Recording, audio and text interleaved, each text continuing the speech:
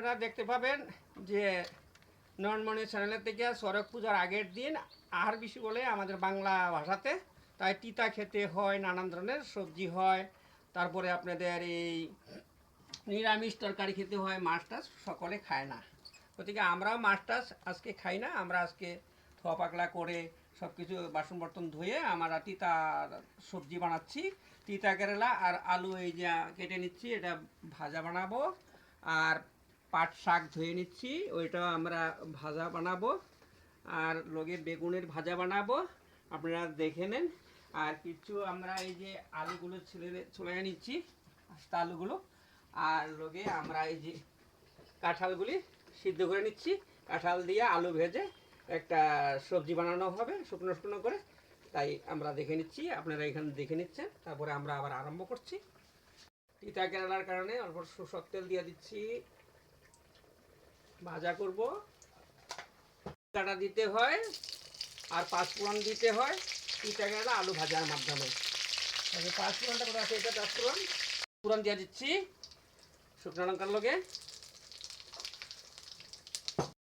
এইবার নাড়াচাড়া করেছি, শুকনো লঙ্কাগুলি একটু কালো হয়ে গেলে, সম্বারটা কালো হয়ে গেলে আমি এবার দিয়ে দিব তিতা কেরালা আর আলু ভাজার জন্য দিয়ে দিচ্ছি।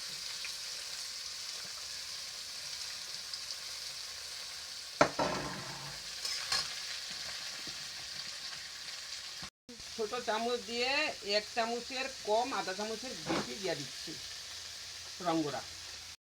নুন দিয়ে দিচ্ছি আধা চামচ, এর অল্প বেশি। এইবার অল্প নাড়াচাড়া করে নিচ্ছি। আপনারা নয়নমণি চ্যানেল দেখতে ভুলবেন না, আর সাবস্ক্রাইব ও লাইক করে দিবেন।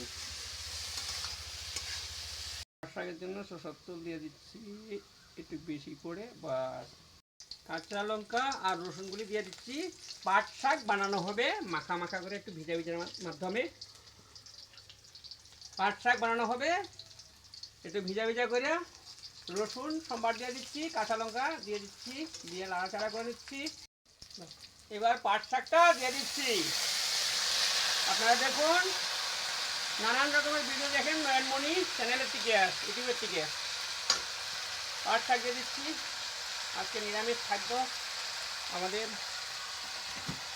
লাইক করতে ভুলবেন না, সাবস্ক্রাইব করতে ভুলবেন না। নয়নমণি চ্যানেল থেকে আপনারা বহুত ধরনের, বিভিন্ন ধরনের নিরামিষ আমিষ রান্না করা দেখতে পাবেন। আধা চামচের মতন দিয়ে দিচ্ছি হলুদটা, আধা চামচ দেওয়া হয়ে গেছে। এবার নুন দিয়ে দিলাম আধা চামচ।